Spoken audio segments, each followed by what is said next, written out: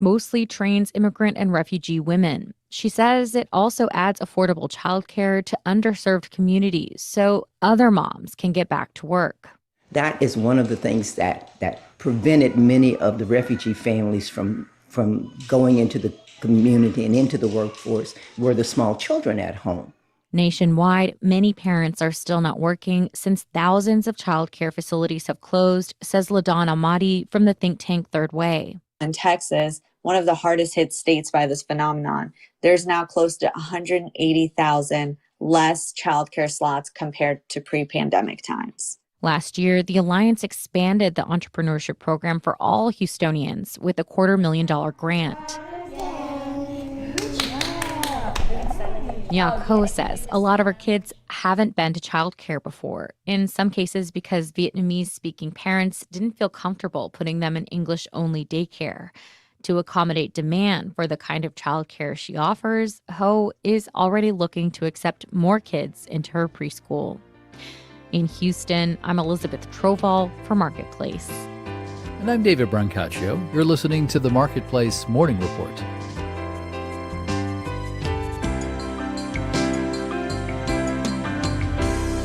From APM, American Public Media. Baptist Health is a proud sponsor of First Coast Connect with Melissa Ross. Wayne Hogan of the Terrell Hogan Law Firm. I'm Wayne Hogan. Distracted driving is deadly. Teens? Yes, but adults too. And there are millions more adults than teens. Arrive alive. Let's end distracted driving. Learn more at waynehogan.law. North Florida TPO, proud sponsor of WJCT's First Coast Connect, bringing to the community innovation in transportation planning, commuter services, clean fuels, and intelligent transportation systems. More at northfloridatpo.com.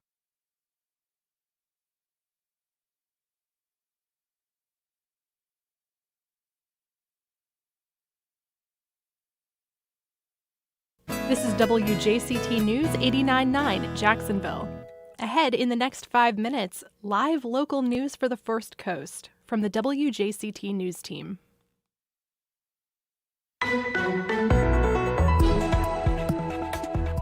All hands on deck. I'm Melissa Ross, and just ahead this hour on First Coast Connect, why prominent local business leaders are now joining elected officials and healthcare workers in urging this community to get vaccinated. We'll speak with Jeannie Miller of the Jacksonville Civic Council about the new campaign, Get the Facts Jax. That's coming up, then later. Across the board, we want our policymakers to be using evidence when they're making their public policy decisions. There's no example better than the COVID-19 pandemic. Using science to guide public health decisions in Florida as we fight the pandemic, not politics. That and more, just ahead.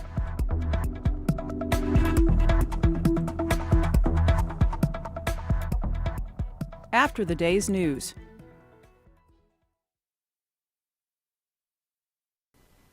Live from NPR News, I'm Nora Rahm. President Biden is giving strong consideration to requiring federal employees to provide proof of vaccination. There are nearly 3 million federal workers. This as the Delta variant causes coronavirus cases to surge. An announcement is expected later this week. NPR's Tamara Keith reports. Making vaccines widely available was enough to get millions of Americans vaccinated. But the pace of vaccinations has hit a low plateau, and the White House is looking for new ways to break through. President Biden was asked about one idea. Will you require all federal employees to get vaccinated? That's under consideration right now. A source familiar with the deliberations tells NPR the White House is giving, quote, strong consideration to requiring federal employees to confirm their vaccination status. If unvaccinated, they would have to follow stringent protocols, including wearing a mask, even in areas of low COVID transmission, and undergoing regular testing. Tamara Keith, NPR News. American swimming star Katie Ledecky has won her first gold medal of the Tokyo Summer Games. NPR's Tom Goldman reports. Katie Ledecky won a first-time Olympic event, the women's 1,500-meter freestyle. It's a more than 15-minute-long marathon of a race. She'd been hoping to win double gold, but earlier in the day she finished 5th in the 200-meter freestyle, the first time she hasn't won a medal in an Olympic race stretching back to 2012.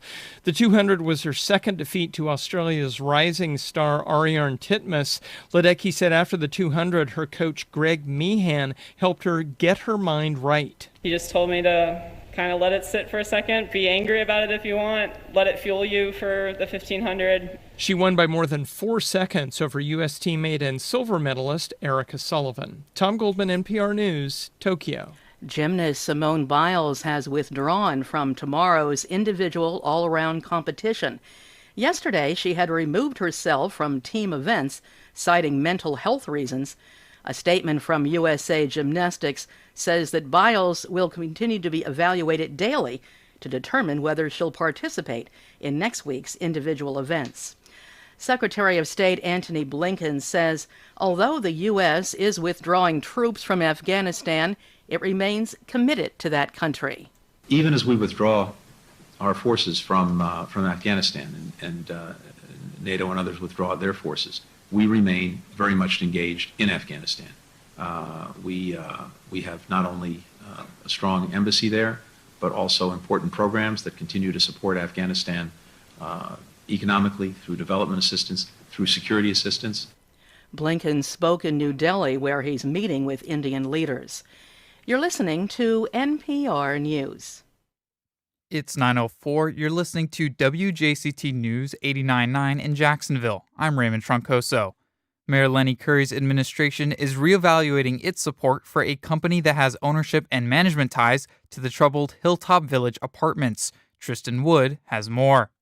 Hilltop's owner and management have ties to Southport Financial Services, a Tampa company that oversees 7 Jacksonville properties and hundreds nationwide. Jacksonville last year backed Southport in its successful bid to receive over $18 million in tax credits from the state to build another complex downtown. The Jacksonville Housing Finance Authority is also giving the company $120,000 for the project.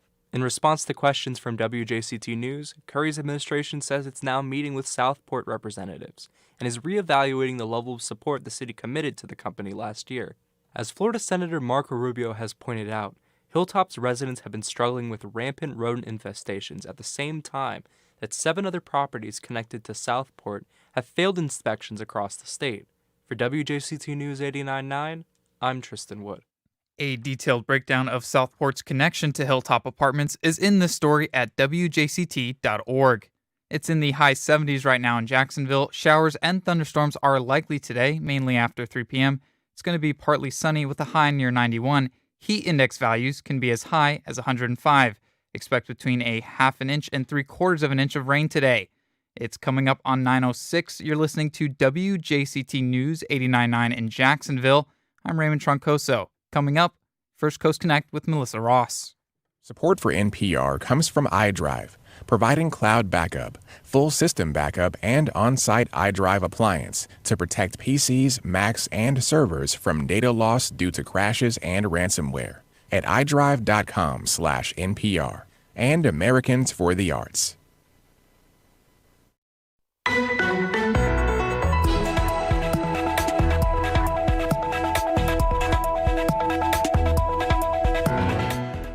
It's now all hands on deck to fight the Delta variant. Good morning. We're live from Studio 5. I'm Melissa Ross, and this is First Coast Connect. Thanks for listening. Just ahead, why a prominent local business group is now joining with healthcare workers and elected officials and urging everyone to get the facts on vaccines. Give us a call.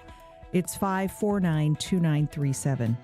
Then later, why Florida voters are expressing increasing alarm that politics, not science, is driving public health decisions in this state when it comes to the pandemic. But first this hour, Get the Facts, Jacks. That's the name of a new website and a new campaign for this city aimed at increasing Duval's vaccination rate. This as Jacksonville and our surrounding counties are now being overwhelmed with unvaccinated patients filling ICUs and emergency rooms around the region. sick with COVID-19. They are needing intensive care, and this includes children that are in ICUs. This is, it can't be stated enough, a public health crisis that has really reached a boiling point this week in this city. Jeannie Miller is the president and CEO of the Jacksonville Civic Council. They've launched a new campaign to improve vaccination rates in the city. It's called Get the Facts, Jax. Jeannie's on the line. Jeannie, good morning. Good morning, Melissa. Always good to have you on the show. Give us a call, folks, as we talk about Get the Facts, Jax, and the campaign to increase vaccination rates. Only about 50% of you out there have gotten the vaccine so far. 549-2937. Give us a call. Emails to firstcoastconnect@wjct.org. Tweets to @MelissaInJax. So, Jeannie, Jacksonville lags the national and state average with our vaccination rate of just 50%, and we are one of the top hot spots in the country in this most recent wave of the virus, according to what the healthcare folks are telling us, about a 25% positivity rate.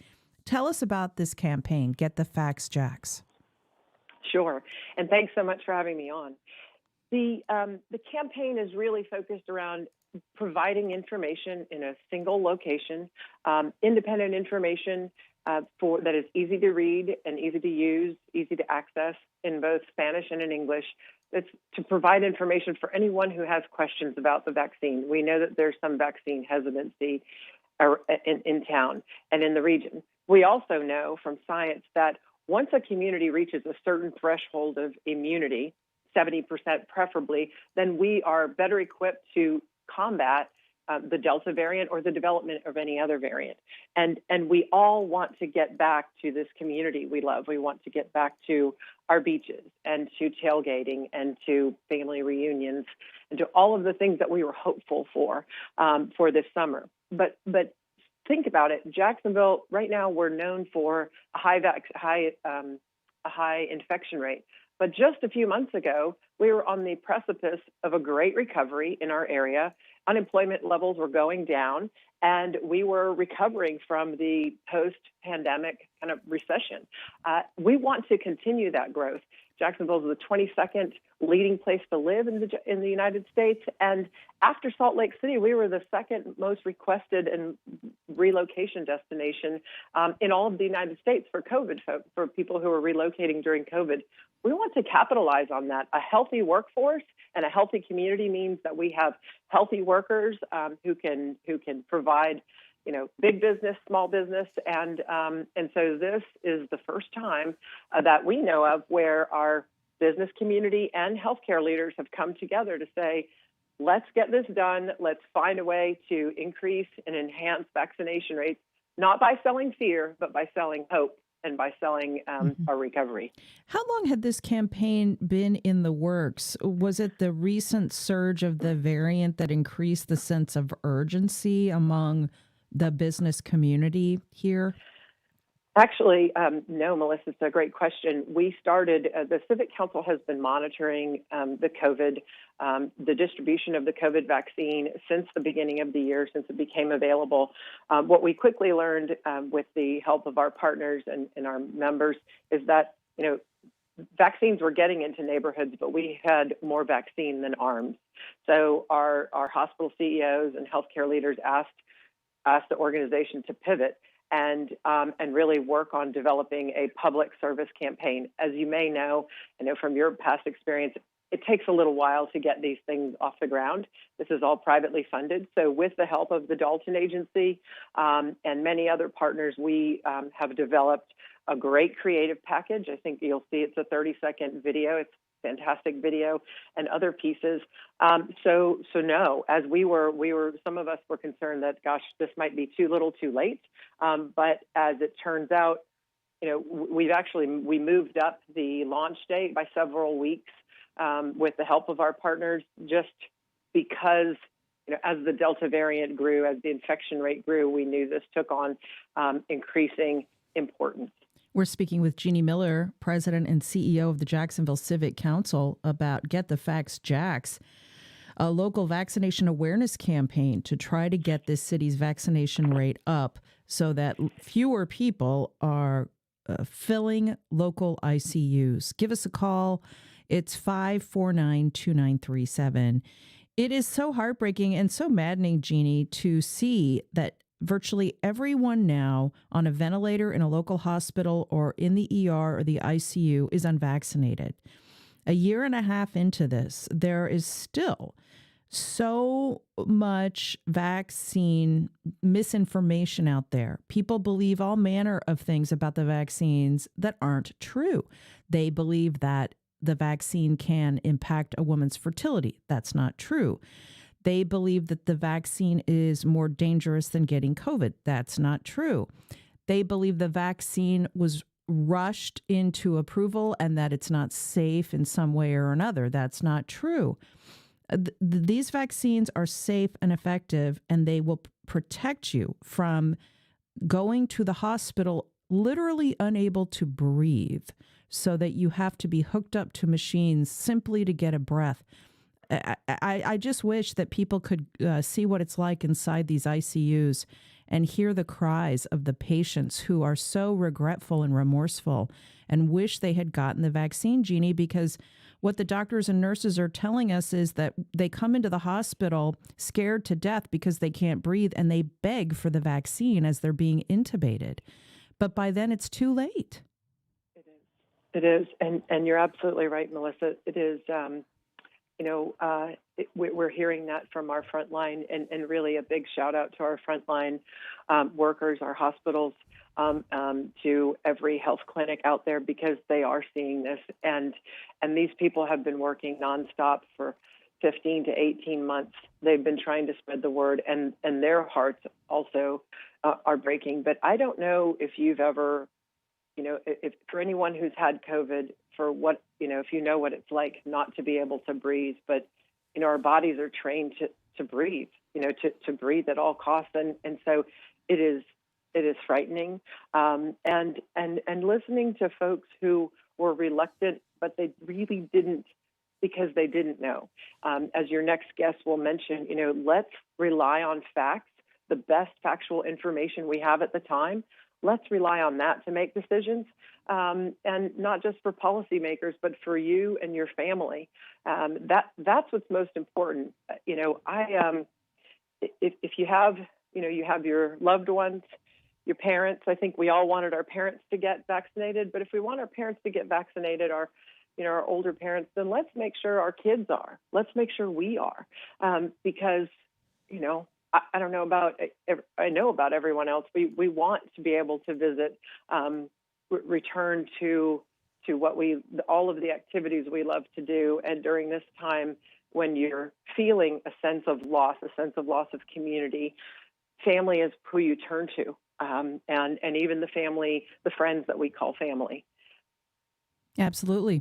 549-2937, as we talk about the new campaign, Get the Facts Jax. Check out getthefactsjax.org for factual, scientific information about COVID vaccines. And if you have not been vaccinated, go get vaccinated, please. It will protect you. The Delta variant is surging through this community. We are a national hotspot, and hospitals are currently overwhelmed with unvaccinated patients who are seriously ill with the variant of this disease. Please get the vaccine, folks. 549-2937. Give us a call. Mitch is on the line. Hi, Mitch. Good morning. Good morning. Your guest mentioned that we should have a healthy workforce. And I was wondering if when we call to get personal services for technicians to come into our home, when we call the company, we could ask them if the technician that they're sending out, if they're fully vaccinated. And if they're not vaccinated, ask them to send us a vaccinated technician. Right.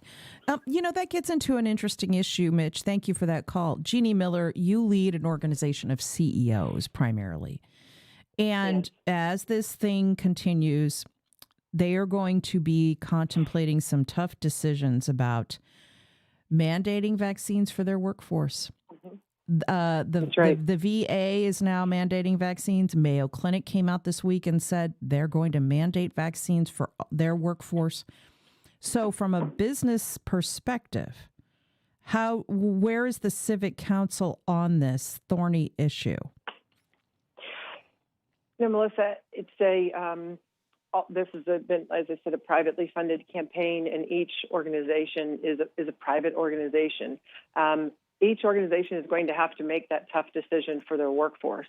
And, to Mitch, when I have personal service providers coming in, whether it's cable or someone cleaning, rugs or whatever, I ask them to wear a mask, but asking to be vaccinated. I think the more we can articulate our preference, the more we can express our preference to business owners, the more hopefully they will begin encouraging their employees. But that's going to be a decision for every single employee.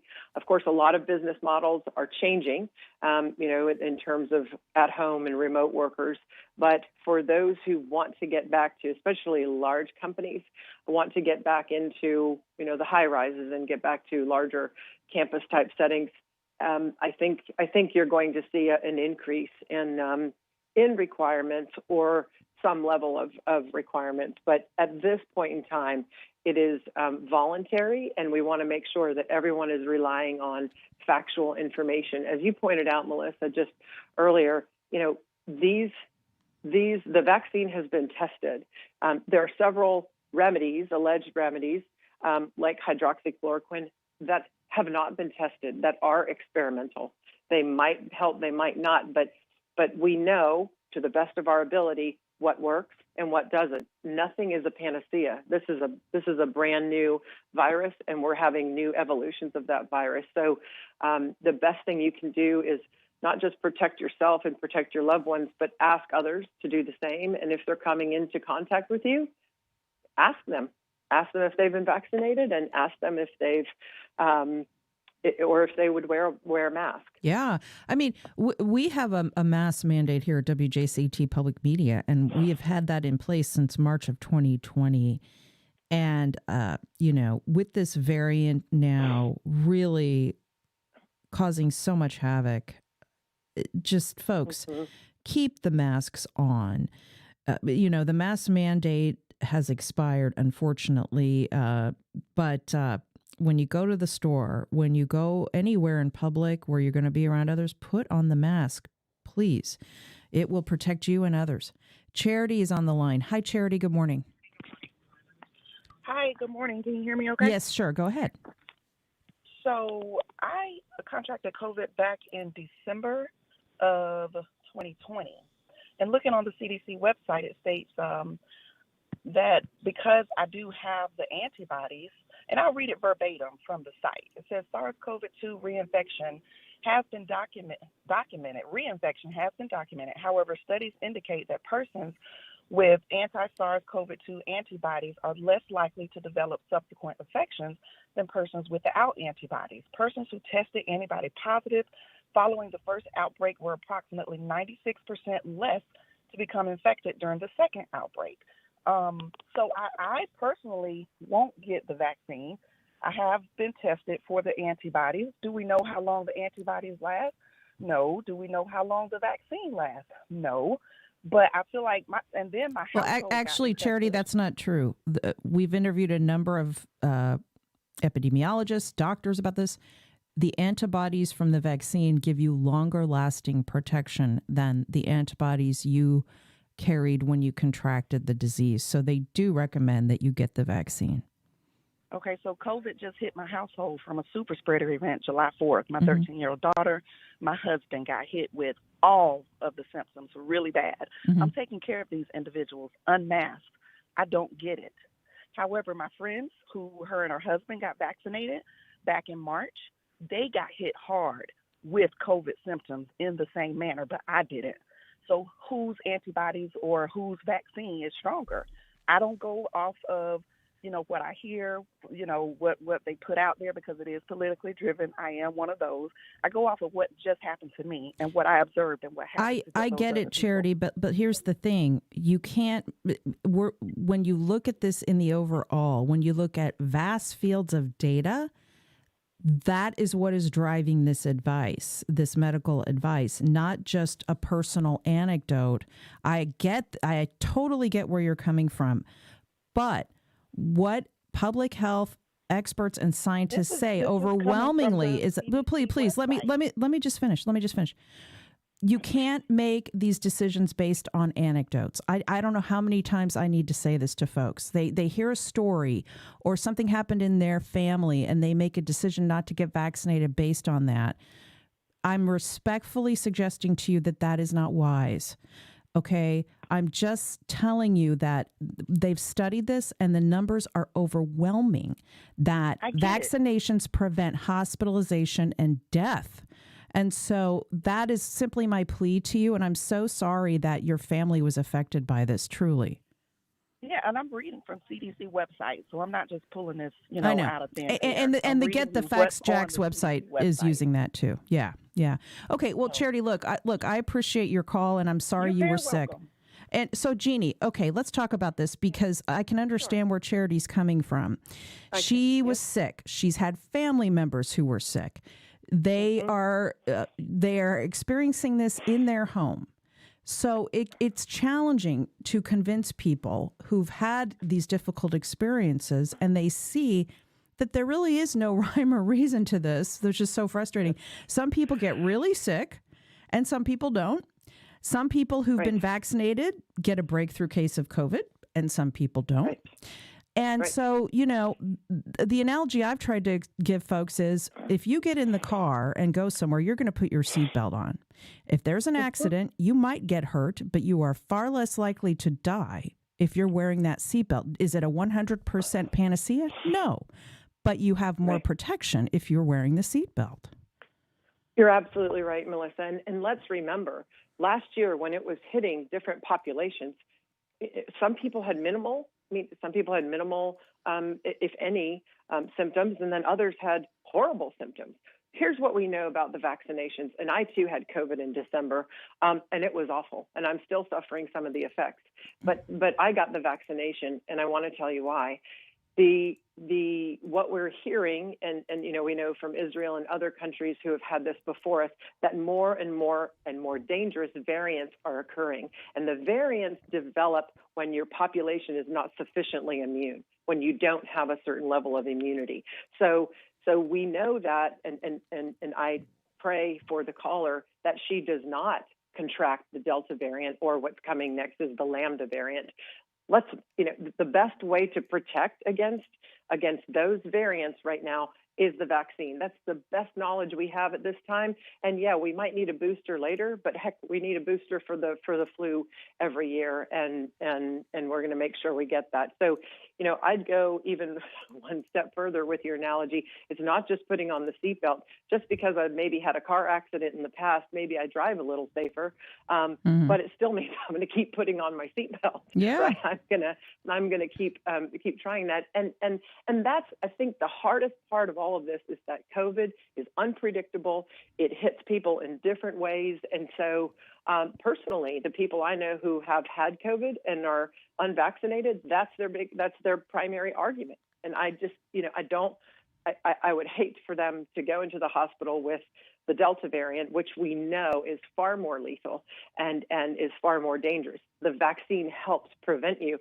It may not help prevent getting COVID, but it helps minimize those symptoms so you can stay off of the ventilator, stay out of the ICU, and stay home. MG emails the show. My biggest motivator to get vaccinated was what will happen to my very special dog if I have to go to the hospital or even worse, die, leaving him abandoned.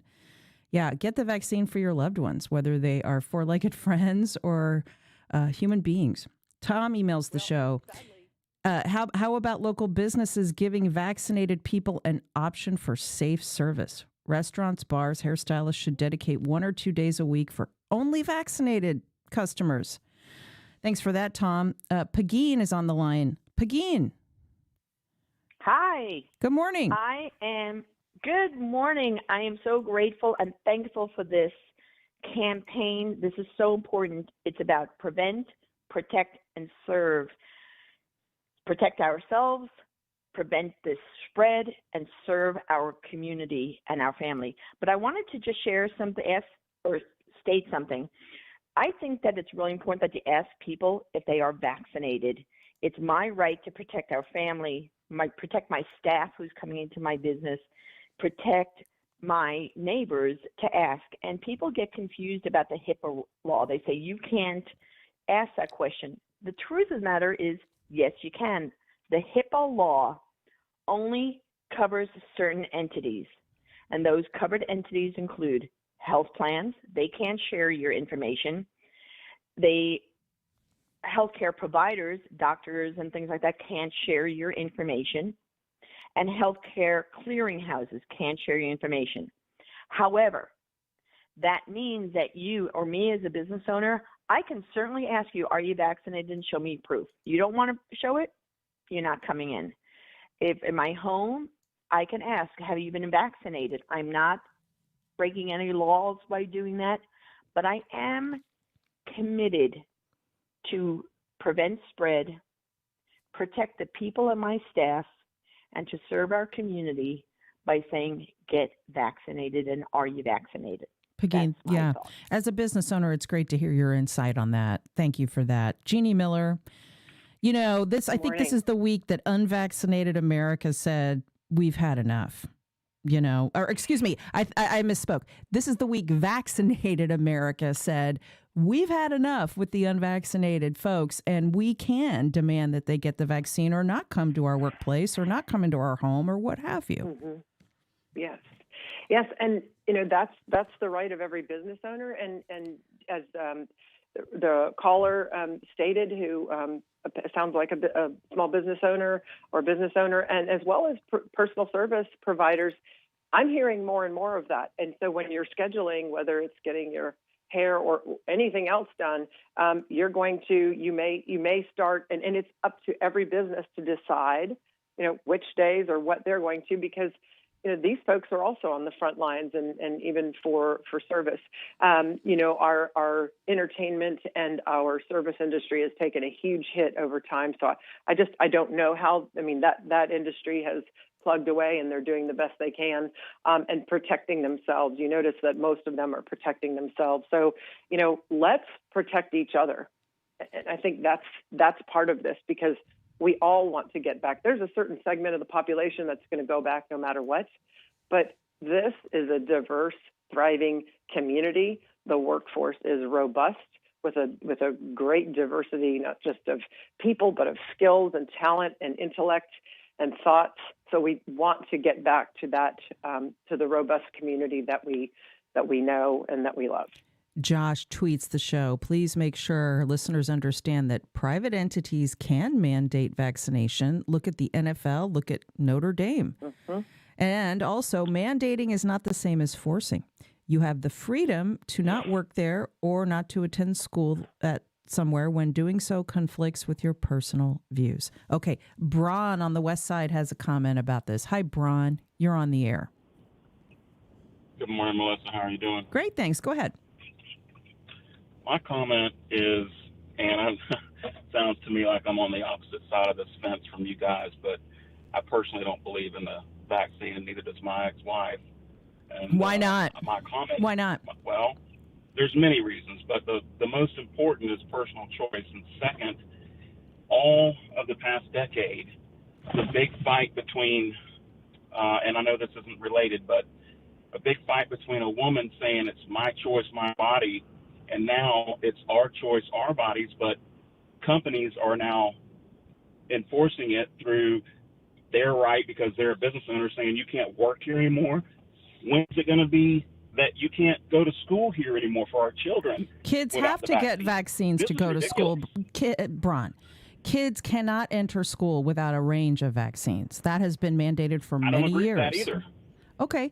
Well, I really hope that you don't get sick and that the people you love don't get sick. I really do, Braun. I really do. And, okay, Jeannie Miller, what about Braun's point of view? That's, Braun, you're absolutely entitled to your point of view, and this country is founded on certainly free will and free choice. But at the same time, we also have a duty and a sense of to each other and to our community. And I think one of the callers mentioned serve. This is about service to others. And so if you choose not to get vaccinated, then mask up and take every other precaution, not just for you, but for other people. Of course, it's your choice.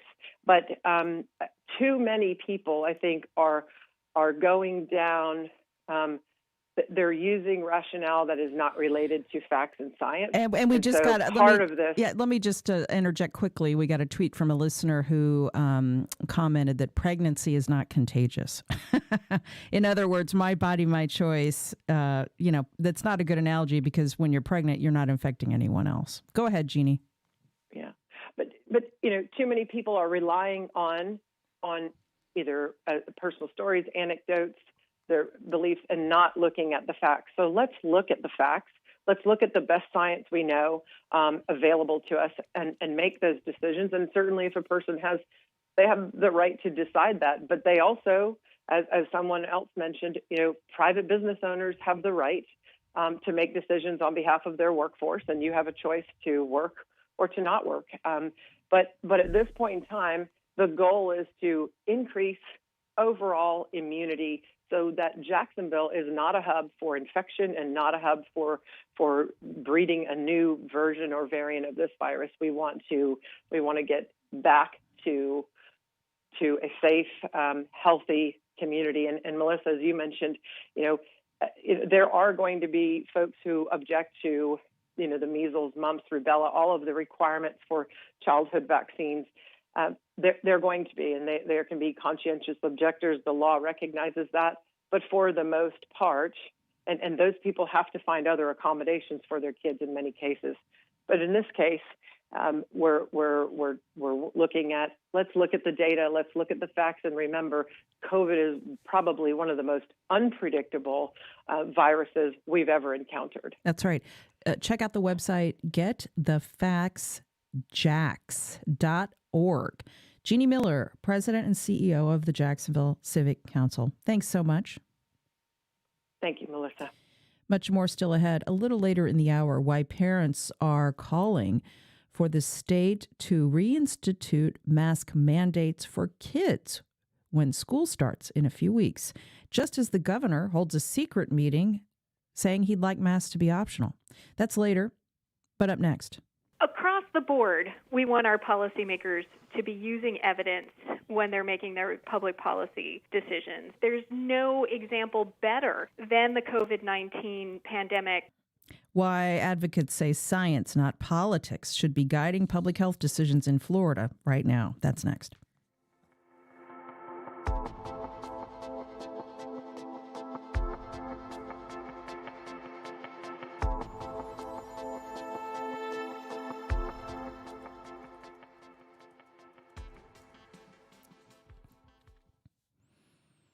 Well, many Americans are concerned that politics is affecting public health decisions in Florida right now, on masking, especially in schools. Rachel Korestis is head of the national organization Science is Us. They work on bridging the gap between policymakers and the science community. She lives here part-time, and she shared her thoughts with me. Hey, Rachel, good to talk to you. Thanks for joining us. Thanks for having me. So this seems like it should be common sense, relying on science and evidence-based decisions when people here in Florida, our elected officials, are making decisions about COVID, whether it comes to vaccination requirements for businesses or masks in schools. Unfortunately, that's not what's happening. So as the director of Science is Us, what are your thoughts about that? Well, I think across the board, we want our policymakers to be using evidence when they're making their public policy decisions. And certainly, I think there's no example better than the COVID-19 pandemic for why policymakers should at least attempt to be using evidence in science in their policy decision making. I think at the beginning of this pandemic, there was a lot we didn't know. And I've said to policymakers, look, you're watching the science happen in real time. Normally we have time to go and figure things out and we can come back to you with recommendations, but you're kind of going along with us for the ride on this. And that did create confusion at the beginning of this, particularly with respect to masks, what we should do in schools, even what we should do in places of business. But it's been almost a year and a half. And so now we really know what we need to do. We know what the evidence is. We have published literature on masks. We know what works in terms of the schools and all of the mitigation efforts that we had in place last school year.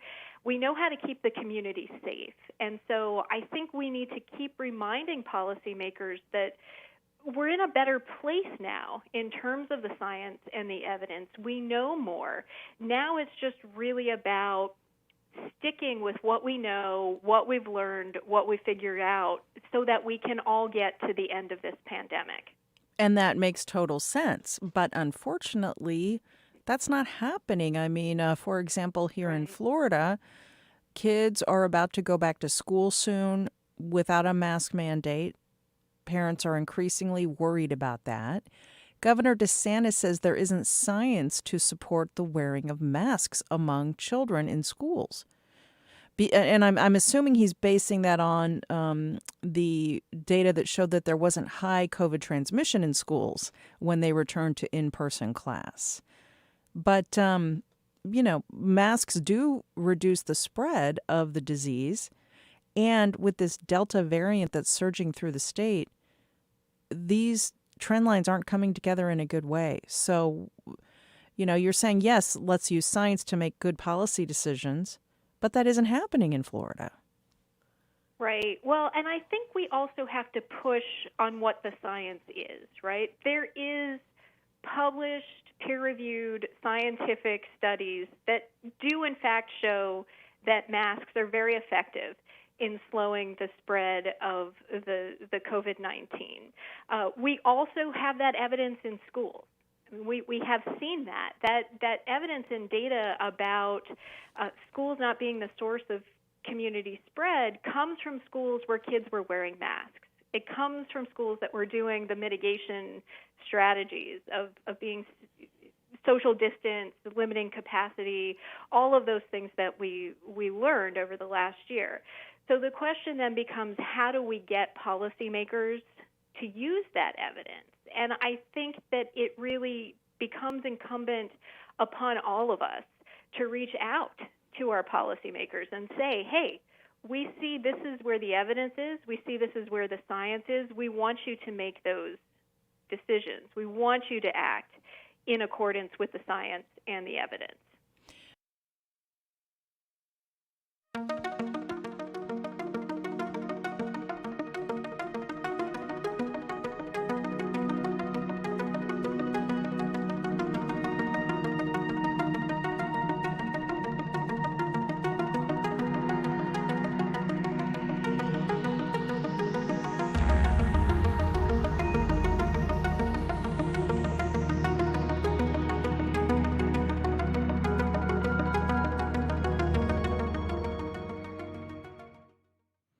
Parents are speaking out.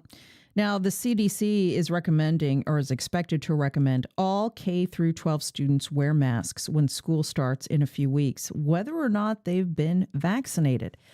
This directly contradicts the masks optional policy sent down by the Florida Department of Education to school districts. And on Monday, Governor Ron DeSantis held a secret meeting with a collection of scientists who railed against masking kids for the upcoming school year.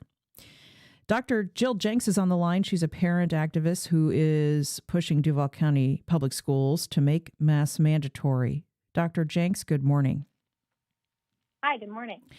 So you're the mother of two kids. You've got one enrolled in the Duval schools, not old enough to be vaccinated yet.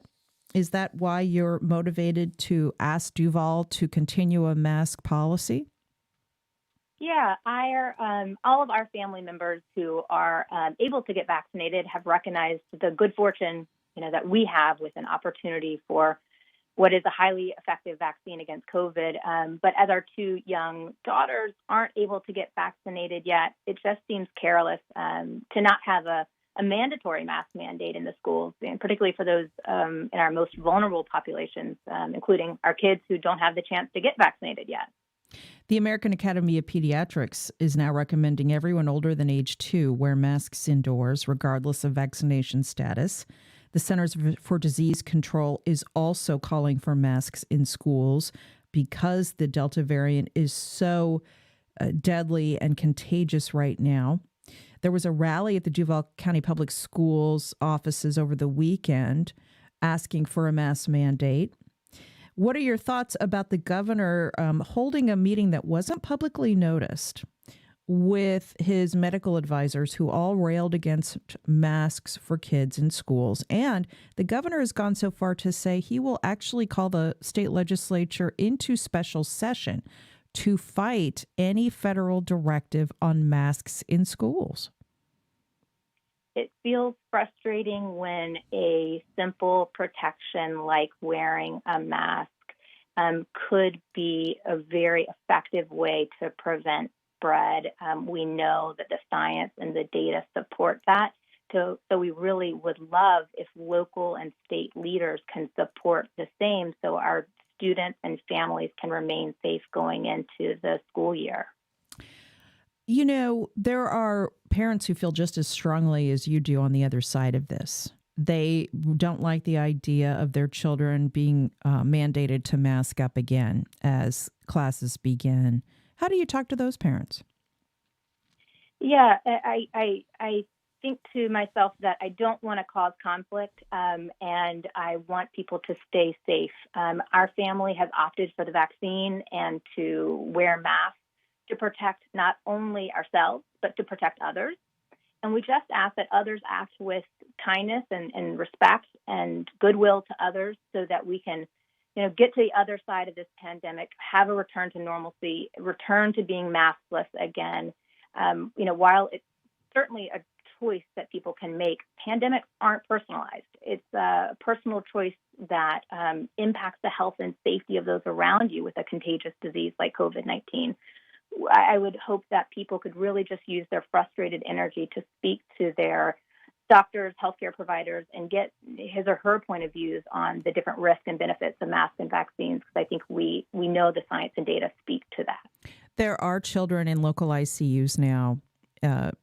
That said, children are less likely to become seriously ill or die from this disease, and we're getting emails about this.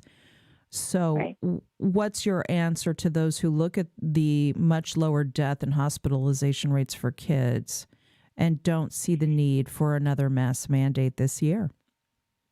Right. It's true that the data suggests that the children are at less risk of developing serious consequences from COVID. However, there's a growing body of research out there that we're learning that around long-haul COVID symptoms. And if there's a simple protective measure like wearing masks, let's just not take the risk with our kids and keep our families safe. You have reached out to the superintendent and the school board about these concerns. They are not likely, unless the pressure becomes overwhelming, Dr. Jenks, to change their position, since they would be getting crosswise with Tallahassee. Right. That's where we are. Even though the CDC and the American Academy of Pediatrics are saying mask kids up, the powers that be in the state of Florida are diametrically opposed to that, which means superintendents and school boards are caught in the crosshairs. Yeah, I recognize the challenge that the superintendent and the school board have. We really do need recommendations coming down from the Department of Education, the Department of Health, the City of Jacksonville, so that entities like DCPS can make changes to help our kids stay safe. We have a petition that I'm supporting through change.org called Parents in Favor of a Mask Mandate. In the past just 24 hours, over 1,000 signatures are there. So those who want to protect our kids, you're not alone. And we'd love to get some leadership that also kind of supports our stance on this. Are you concerned that kids who do mask up might feel uncomfortable or conspicuous, given that it will be voluntary and the majority of kids likely won't be masked, that, I don't know, that they might be bullied for keeping their masks on? Well, I think that's a concern. In our family, we have just stated the facts. We're wearing masks to protect ourselves and to protect other people.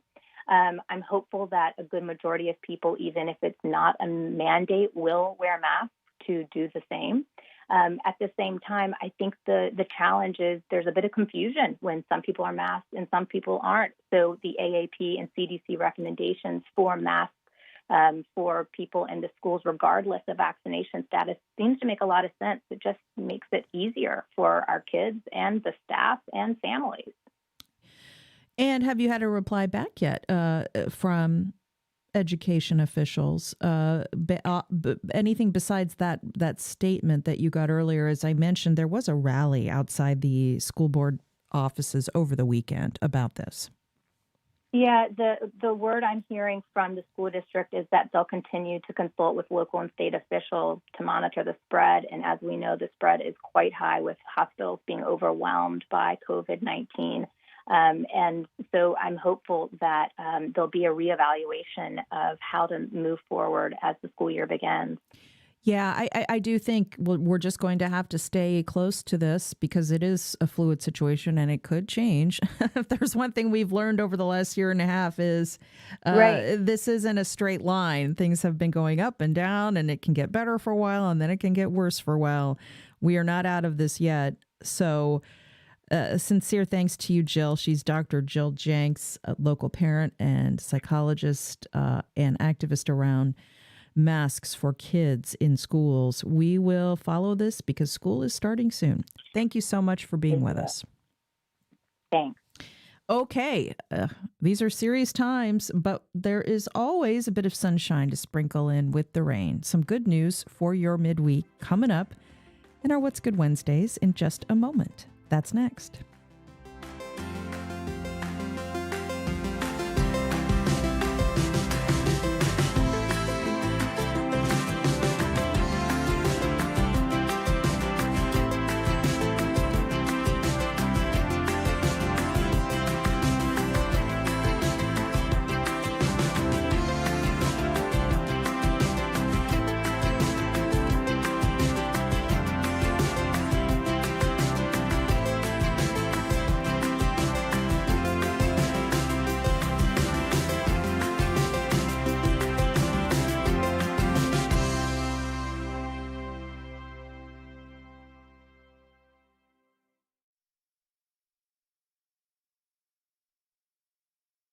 Mayo Clinic. If you're looking for answers no one else has been able to find, and it's time to get some certainty once and for all, you know where to go. Mayo Clinic. More at mayoclinic.org/Florida. VyStar believes in better convenience. With mobile banking, you can check balances, transfer funds, and deposit checks. It's banking wherever you are, whenever you want. Learn more about all that VyStar has to offer at vystarcu.org. Next time on The World, the Christian minority in Sudan. I can just remember people looking at you and telling you, oh, you're someone who's going to hell because you're not Muslim, you're not covering up your hair. As Sudan tries to rebuild its global connections, Sudanese Christians say they're being treated better. We have neighbors who walk in and say, Happy Christmas or Happy Easter. Sudanese Christians, next time on The World. This afternoon at 3, here on WJCT News 89.9. I'm Celeste Headley. It's the American R.L. Hayes all the way. He wins in 10 seconds, a new Olympic record and equaling the world record. Sprinter Bob Hayes was one of the heroes of the 1964 Olympics in Tokyo. We'll look back at the games that marked a symbolic rebirth for Japan after World War II. That's next time on Here and Now. Today at 2 on WJCT News 89.9. Unlike other parts of the city, Roseland, a neighborhood on Chicago's South Side, hasn't seen recent large spikes in crime. Gun violence is not extreme, but it is persistent. New data looks at the real toll that's taking on the local economy and the health of its predominantly Black community, how Roseland is responding, and what lessons it has for the rest of the country. Next time on 1A. Today, starting at 10 on WJCT News 89.9.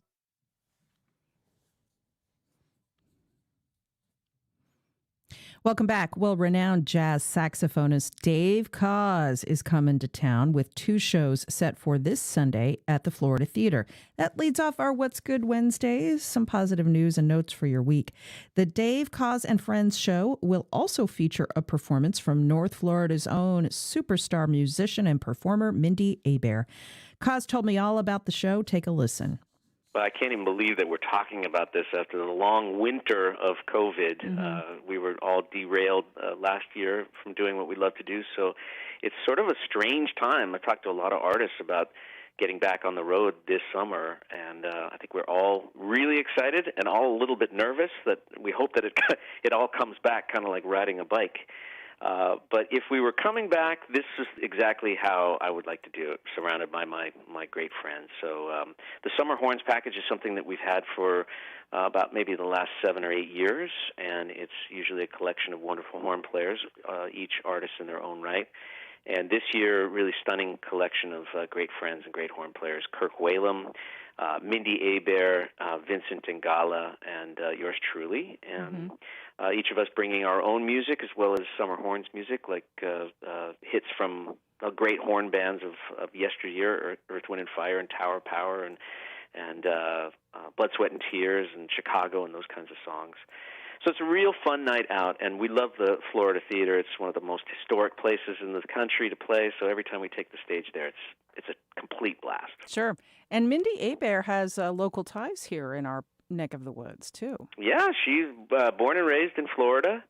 She hosts a festival of her own. I think it's more in the southern Florida area. Every year, and so every time that she comes there, and Mindy and I are great friends. We've traveled together. She was one of the original Summer Horns way back when we started this outfit. And every time that we are on the stage together in Florida, there's a little sprinkle in what she does, because she's her hometown crew. Absolutely. And this is going to be a fun show too. It's just it's fun music to get into. Well, it's music of my era. You know, I grew up with all those bands. There was like the horn section, and as a saxophone player, I started playing when I was 13 years old, and I loved the sound of a tight horn section, and that was the first album I ever bought. Was a group called Tower of Power, who still to this day is my favorite group of all time. And when you hear that power coming from a horn section, and the horn section has been used in so much amazing music over the years. So that's why we developed this. And the original group of Summer Horns, we all kind of had that same passion. We all grew up playing in sections and in big bands and in horn sections. And so we made this record that was a tribute to all these bands that we grew up loving. Check it out. Dave Koz and Friends, 2 shows Sunday at the Florida Theater. And here's some more good news for your week. Tonight at 7 p.m., Jax Now will host 2 exceptional speakers via Zoom: Duval County Schools board member Elizabeth Anderson and Florida State Representative Tracy Davis. They'll be discussing critical education issues on the minds of parents right now as kids prepare for another school year. Very timely. Register for that Zoom. It's tonight at 7 p.m. Register at jacksonvillenow.org. Well, the I'm a Star Foundation and the Florida Times-Union are hosting some conversations between young people in Jacksonville and mental health experts as students readjust to school this fall. You might have seen that U.S. Olympian Simone Biles, the greatest of all time, the GOAT, she had to exit the Tokyo Olympics gymnastics team final this week, citing mental health concerns. Biles is a supporter of Duval's I'm a Star Foundation. She has shared inspirational messages with STAR teen leaders. I'm a Star kids believe a conversation on mental health is necessary, so STARs aged 12 to 18 conducted a survey on kids' feelings and attitudes at this phase of the pandemic. The Florida Times-Union will provide a platform to discuss the survey findings in a conversation on Zoom Thursday night. The teens are expressing concerns about isolation, reconnecting with friends, and more. The goal is to empower their overall wellness as they prepare for the upcoming school year. Check out Kids, COVID-19, and Mental Health Thursday at 6 p.m., streaming on Jacksonville.com and YouTube.com/I'm a Star Foundation. One more virtual event happening today. It's the Florida High School Athletic Association holding an event today until 2. It's a Florida Student Athlete Leadership Seminar, giving student athletes tips on how they can do their best. Here's the association's Quentin Urshak. So we're hoping that the skills that they take away from our keynote speakers, how students can utilize their mental health and how that can affect their teams, and also how diversity plays a role within sports. We're hoping students can take those back to their schools. Check it out at fhsaa.org, happening today if you have a student athlete at your house. And that's our show. Thanks for listening. Thanks also to producer Heather Schatz, director Josh Torres, editorial director Jessica Palumbo, and digital editor Bill Bordsfield. Keep those emails coming. Send your feedback to First Coast Connect at wjct.org, and catch our podcast up later today on all platforms wherever you like to listen. You can also listen through the WJCT app. I'm Melissa Ross. This is First Coast Connect on WJCT News 89.9 Jacksonville. Be safe out there, folks. Get the vaccine and get those masks back on, please. Have a great Wednesday.